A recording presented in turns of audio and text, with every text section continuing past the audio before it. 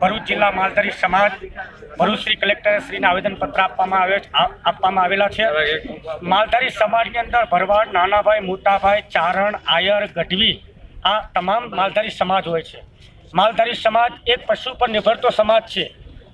જ્યારે પણ ઇન્દ્રસિંહ ઝાલાનું જ્યારે મર્ડર થયું એના બેસણની અંદર વોટ્સઅપ પર ક્ષત્રિય સમાજના લોકો એવું કીધેલું કે મોટી સંખ્યામાં આપણે ભેગું થવાનું છે।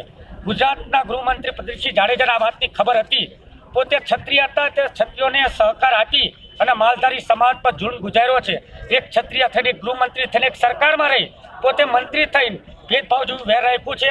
અમે સમગ્ર ભરૂચ જિલ્લાના માલધારી, સમગ્ર ગુજરાતના માલધારી પ્રદીપસિંહ જાડેજાનું રાજીનામું માંગીએ છીએ અને ટૂંક સમયમાં આખી જિંદગીથી માલધારી સમાજ ભારતીય જનતા પાર્ટી સાથે જોડાયેલો છે।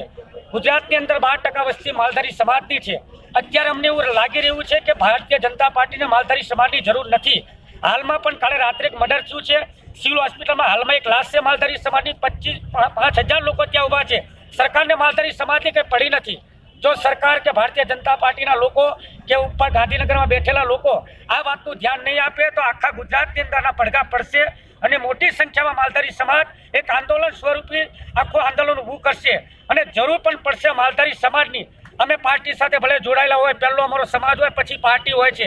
અમે આગેવાન તરીકે અમારા જ્યારે માલધારી સમાજને કહેતા હોય કે આ પક્ષને મત આપવો તો અમારી સમાજ એને મત આપે છે। આજે અમારે સમાજની જરૂર છે, અમારે સમાજ સાથે રહેવું જ પડે। અમે કોઈ પાર્ટી સાથે હોઈએ કે ના હોય, અમારી સમાજ પહેલી છે।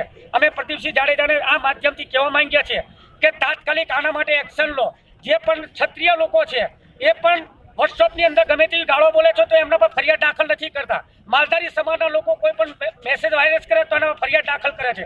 આણંદમાં ફરિયાદ માલધારી સમાજ પર દાખલ કરી, વડોદરામાં કરી।